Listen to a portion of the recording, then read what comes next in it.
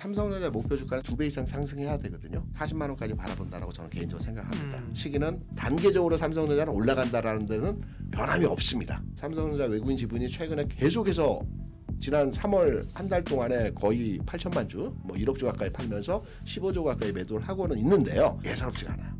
반도체가 부족하죠. 가격 급등하고 변목형상 얘기는 하지만 가장 심각한 거는 메모리예요. 이런 장기 공급 계약은요 메모리 업체들이 원하는 게 아닙니다. 차세대 HBM, 특히 이제 그 HBM4부터는 반드시 들어가줘야 되거든요. 핵심 파트너로서 삼성전자는 하이닉스는 또 새로운 패러다임이 열릴 것이라고.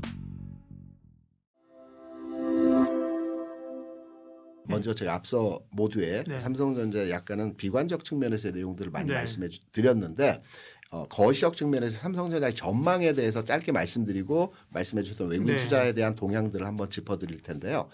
기본적으로 삼성전자 목표 주가는 40만 원까지 바라본다라고 저는 개인적으로 생각합니다. 시기는 올 하반기나 내년 초. 여기에 대한 근거로는 빅테크 기업을 빼서 글로벌 100조 이상을 버는 기업들의 지금 시총 기준이 6천억에서 4천억 정도 수준입니다. 하물며 TSMC도 1년에 100조 벌거든요.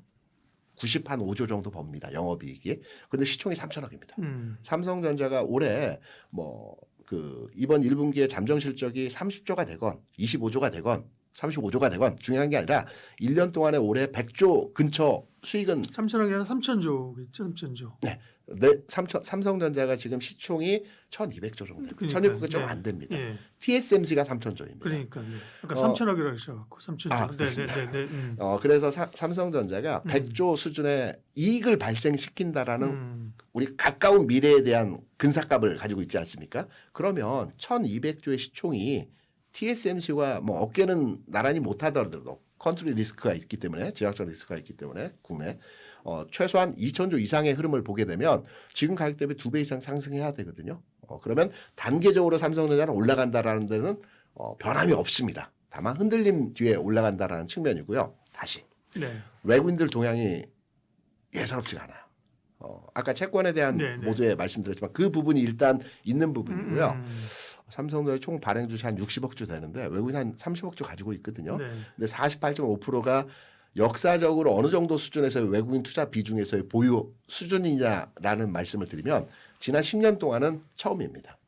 지난 20년 동안 타임테이블 시간표를 놓고 보게 되면 2009년과 2011년에 딱 48% 전후 보유 포지션을 가졌던 적이 있습니다. 그러니까 거의 20년 만에 외국인 보유 포지션이 가장 낮은 위치의 수준을 점하고 있습니다. 기존에 최근 10년, 15년 동안 외국인들이 삼성전자에 대해서 49% 이하로 내려가지 않았던 이유는 외국인들이 삼성전자를 사는 펀드마다의 성격이 다 다르거든요. 국부 펀드들이 많이 들어왔어요. 중동이나 북유럽 쪽의 국부 펀드들은 삼성전자를 사서 안 팝니다. 10년, 20년, 50년 동안 안 팔아요. 이 펀드들이 대략 저희 쪽에서 추산하는 48% 내 전후라고 판단을 합니다. 얘네들은 주식을 사서 절대 안 파는 애들이에요. 우리 국민연금하고 비슷하죠. 나머지는 샀다 팔았다는 그렇죠. 비중이고. 나머지 최대치가 2019년일 겁니다. 이때 58% 삼성전자 비중이었거든요. 이 나머지 한 10% 구간에 있는 외국인 투자자들은 시기에 따라서 또는 파생 상품과 연계된 가격차 변동에 있어서 매매를 하는 집단의 운용 규모입니다. 그래서 지금 48.5%는 개인적으로 추정할 때에는 채권과 연계된 매도 부분이 일부 나와서 최저치를 기록하고 있고요. 그리고 국부펀드를 비롯해서 장기 투자 펀드의 삼성전자 물량이 대부분이기 때문에 저는 이 수준에서 추가로 크게 나올 만한 물량은 다 소진됐다라고는 생각을 합니다. 그래서 삼성전자 외국인 지분이 최근에 계속해서 지난 3월 한 달 동안에 거의 8천만 주, 1억 주 가까이 팔면서 15조 가까이 매도를 하고는 있는데요. 매도 물량에 대해서는 이제 거의 소진되는 과정에서 흐름이 아닐까. 그리고 말씀드렸던 것처럼 4월 1일부터는 채권 지수에 편입돼서 이때부터는 기존 포트에 있는 주식을 팔아서 채권을 살 필요가 없거든요. 신규 물량이 들어와서 채권을 사면 되니까. 그래서 시기적으로 보면 삼성전자에 대한 외국인들의 보유 포지션은 최저치이지만 다 나왔다. 이렇게 해석을 하고 있습니다. 20만 원, 21만 원에 들어오신 분들이 많으시더라고요. 그리고 보유자는 각각의 체계적 구간별로의 가격대가 다 다르시기 때문에 수익 나신 분들도 많으시고요. 이제 관점은 보유자는 지금 파실 필요 전혀 없습니다. 신규자가 어느 가격 구간에서의 진입으로 판단하느냐가 중요하거든요. 최근에 개인 투자를 많이 진입을 했던 게 18만 원 전후입니다. 왜 리바운딩을 18만 원에서 21만 원까지, 18만 원, 19만 원까지 계속 18만 원 저점 구간으로 해서 반등을 주는 형상에서의 모습들을 보여줬기 때문에 최근에 들어오신 분들 18만 원 평균가로에 진행이 되어졌습니다. 저는 삼성전자 바닥이요 16만 원을 깰 때입니다. 그러니까 순간적으로 깨든 하루 이틀 깨든 16에서 15 사이가 최바닥에서의 수준이 될 것 같다라고 생각하고요. 근사치의 가격은 17만 원 근접하는 가격 다 왔죠. 지금 다 왔습니다. 뭐 2, 3% 여기에서 추가로 하락하게 되면 가격 바닥에 들어왔다라고 판단되는데요. 17만 원 아랫부분에서부터는 삼성전자를 전략적으로 사야 되는 가격 구간이 아닐까라고 판단해서 이제 바닥에 들어오고 있다. 거의 들어왔다. 이렇게 해석을 합니다. 하이닉스는 출구 전략이 HBM과 관련된 매출 신장이 유일하고 삼성전자는 파운드리 쪽의 개선 지금 어느 정도 도출이 되고 있습니다. 하반기에는 흑자로도 다룰 수 있고요. TSMC의 영역의 70% 비중의 파운드리 쪽을 지금은 10%이지만 20%, 30%, 40%까지 점유해 나갈 수 있는 확장성을 가지고 있기 때문에 당연히 삼성전자의 안전성과 삼성전자의 주가 상황이 좀 더 긍정적으로 진행되어질 가능성이 높다라고 생각되기 때문에 물론 두 종목 간의 시총이 다르기 때문에 진폭은 다릅니다. 그러니까 등락폭은 다를 수밖에 없습니다. 두 배의 차이가 나기 때문에 그래서 등락폭은 다르겠으나 앞으로 미래 그 탄력도 구간에서의 흐름의 그 수익률 구간에서 판단해 보게 된다면 삼성전자가 조금 더 높은 비중으로의 가능성을 판단하고 있지 않나 이렇게 생각합니다. 네. 제가 이전에 한 2주 전에 하이닉스의 가격을 추정했을 때 한 70만 원 초반, 75만 원 근처 요 구간에서의 가격이면 바닥 지점에 들어오는 가격이 아닐까라고 판단했기 때문에 70만 원 언저리 근처에서 가격으로 진입의 시점 판단하시면 될 것 같습니다. 네. 기존에도 장기 공급 계약은 있었습니다. 그렇죠, 있었죠. 2019년도에도 있었는데 네. 그 길어야 1년이었어요. 아니면 분기 단위. 그거를 장기 공급 계약이라고 그동안 얘기했었는데 최근에는 뭐 3년에서 5년 단위의 그 장기 공급 계약을 얘기를 하고 있는 거고 그 마이크론이 먼저 이제 뭐 테이프를 끊었습니다. 최근 이제 2분기 그 실적 발표에서 창사에 처음으로 주요 고객사와 5년 단위의 그 전략적 고객 계약을 했다고 그러더라고요. 그게 SCA라고 이렇게 얘기를 하는데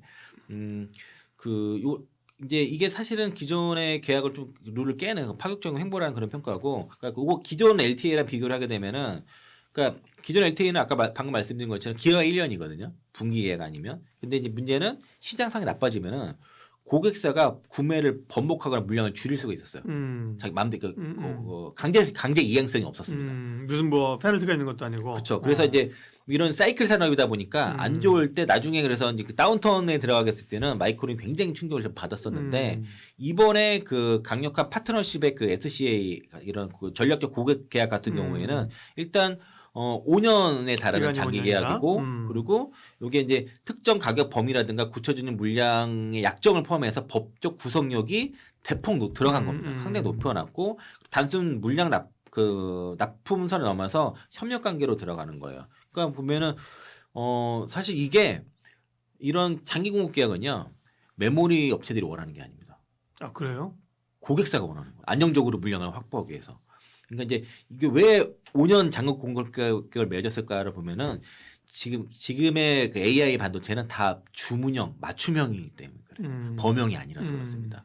그래서 이제 그 메모리의 맞춤형화가 되고 있고 과거처럼 똑같은 범용을 대량으로 찍어내는 방식으로는 AI를 대응할 수 없다 보니까 차세대 HBM 특히 이제 그 HBM4부터는 다 그 주문형 그 파운드리가 반드시 들어가줘야 되거든요. 그러니까 이제 그러니까 R&D 파트너로서 같이 만든 칩 설계보다 같이 해야 돼요.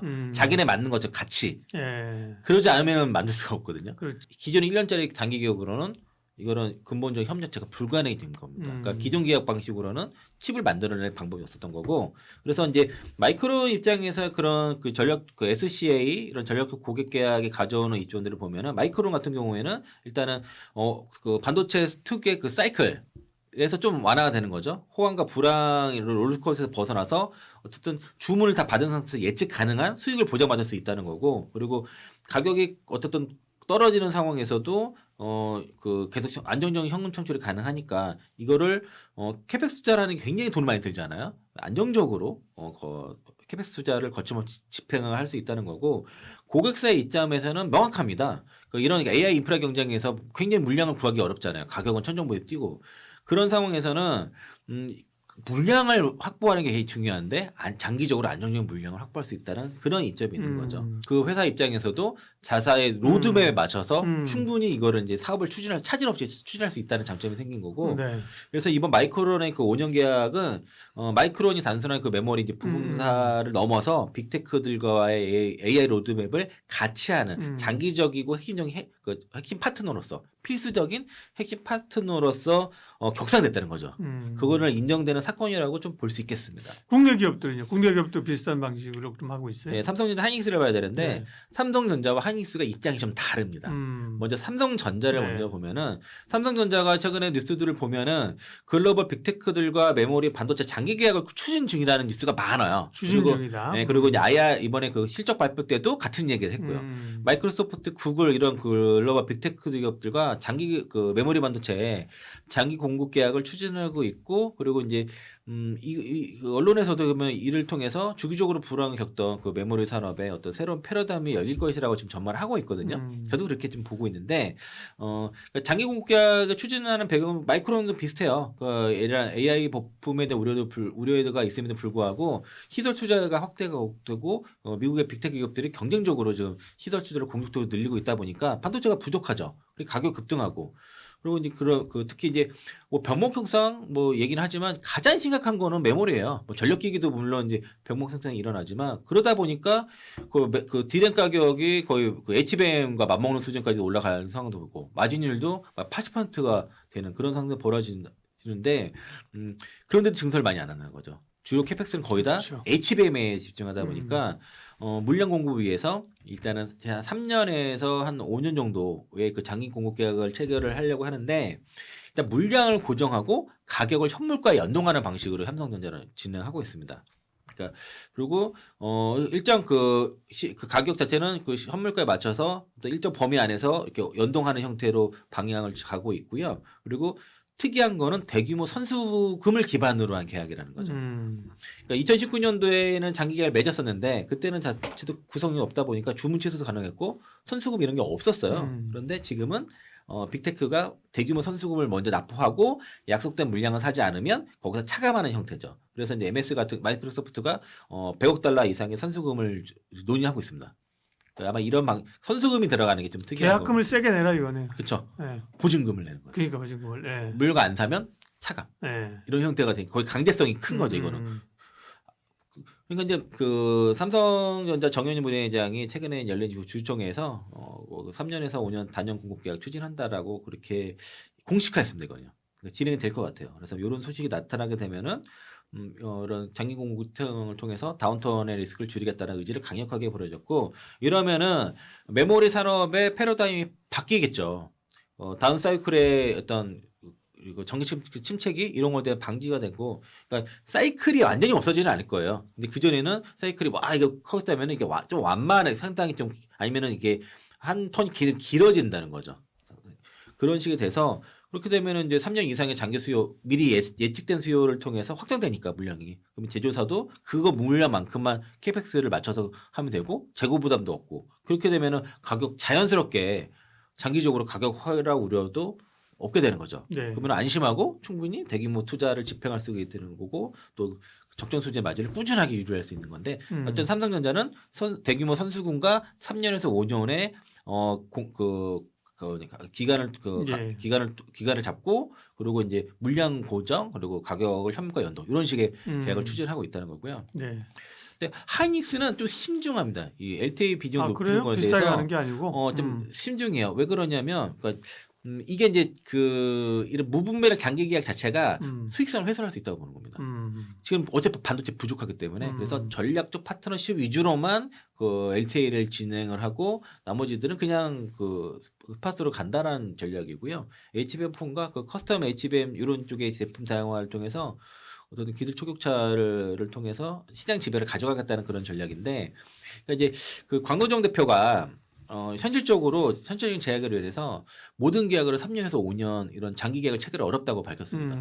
그리고 그 대신 이제 수익성을 극대화를 추구하고 주요 고객사만 전략적 그 관계 구축이라는 이런 두 가지를 충족하는 선에서만 집중하겠다. 신중하게 LTA 비중을 확대하겠다는 거고요. 누가 잘하냐고 물어보기가 참 그러네 지금. 그러니까 이유는 똑같아요. 장기 계약이라는 거는 가격 하락 방지를 위한 것이고 예. 그리고 또 이제 수익성 위주로 하는 건 하이닉스는 지금 현금을 100조를 쓴 현금 보유액을 뭐 100조 이상 늘리는 거를 좀 추구하고 있거든요. 네. 그러니까 수익성 방어를 좀 위한 것도 있어서 그래서 이제 시장 가격 상승을 즉각 반영하지 못하는 LTA를 남발하지 않겠다는 겁니다. 그러니까 정말 중요한 핵심 파트너하고만 하겠다는 거죠.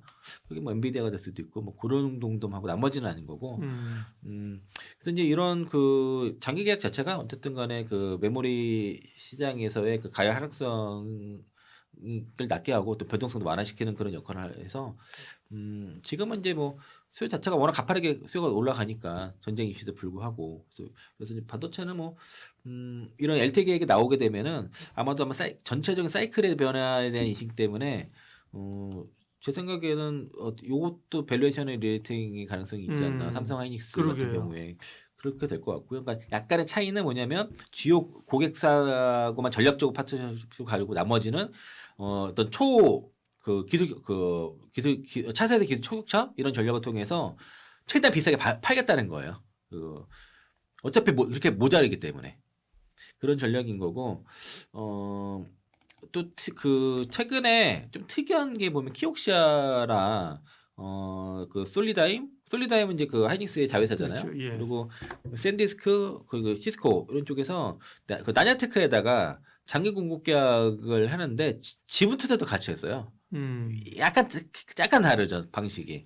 그러니까 이제 키옥시를 비롯해서 이제 그로 아까 4개 기업이 나냐테크에다가 대규모 지분 투자를 단행한 것 자체가 이제는 그 메모리 공급이라는 게 계약이라는 게 단순 공급 계약을 넘어서 상당히 그 메모리 반도 산업의 그 어떤 밸류체인의 파트너십이 굉장히 중요한 어떻게 지금 지나고 있는지를 보여주는 거고 아까 마이크론 같은 경우도 그 뭐 전략적 고객 계약이라 그렇게 얘기하잖아요. 그리고 하이닉스 같은 경우도 그 주요 고객한테만 전략적 파트너십 위주로만 하겠다는 거니까 이게 좀 다른 겁니다. 그러니까 이제 단순 공급 계약이 이제 아니라는 거고요.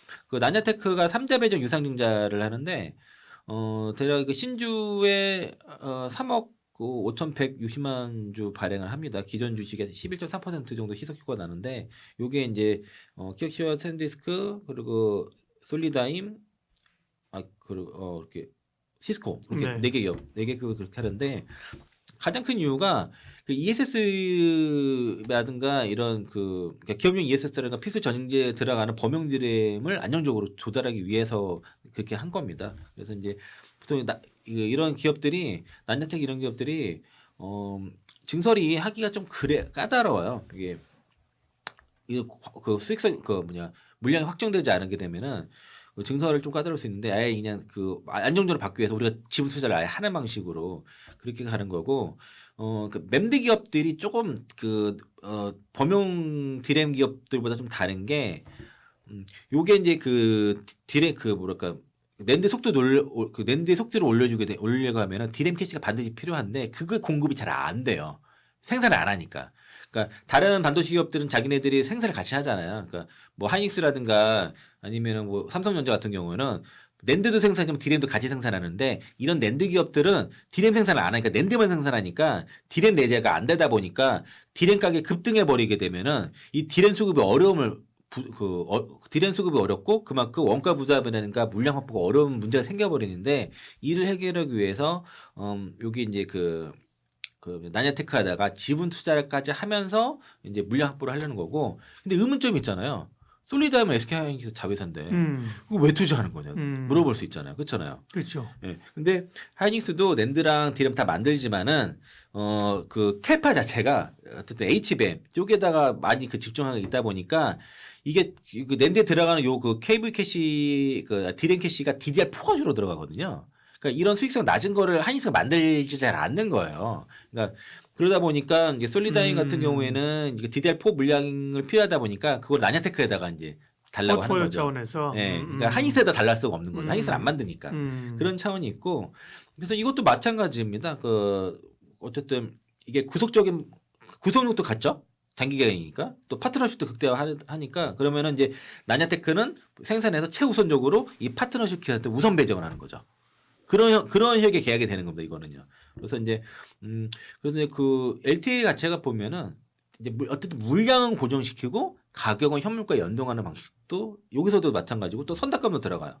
그리고 페널티는 그러니까 선납금 자체가 이제 페널티가 들어가는 거죠. 페널티까지 들어가는 형태가 돼서 이전의 장기 계획과는 완전히 새로운 새로운 트렌드까지 형성이 됐고 이게 나냐테크까지도 연결이 됐다는 거고 나냐테크 이런 제조사 입장에서도 굉장히 이제 뭐 어떤 수익성이 안정되고 명확하다는 거죠. 근데 이제 그러니까 이제 수익이 안정한데 그 수익성은 또 제한이 되는 그런 장단점이 있습니다. 하이닉스가 그걸 경계했던 거고요. 그래서 이제 어쨌든 그렇게 되면 안정적으로 공장을 가동하고 또 이제 수익성 방어도 되다 보니까 서로 간에 이제 장단점이 있는데 다만 이 장기 공급 계약이 수익의 상단을 제한한다는 단점이 있습니다. 그래서 하이닉스는 기술력이 워낙 좋다 보니까 주요 고객들한테만 그렇게 장기 계약을 하고 나머지는 네. 비싸게 받겠다. 삼성전자는 좀 일단 빅테크들한 위주로 일단 장기 공급 채약을 해서 그 가격 하락을 좀 다운턴 리스크를 최소화하겠다. 미묘하게 전략이 좀 다른.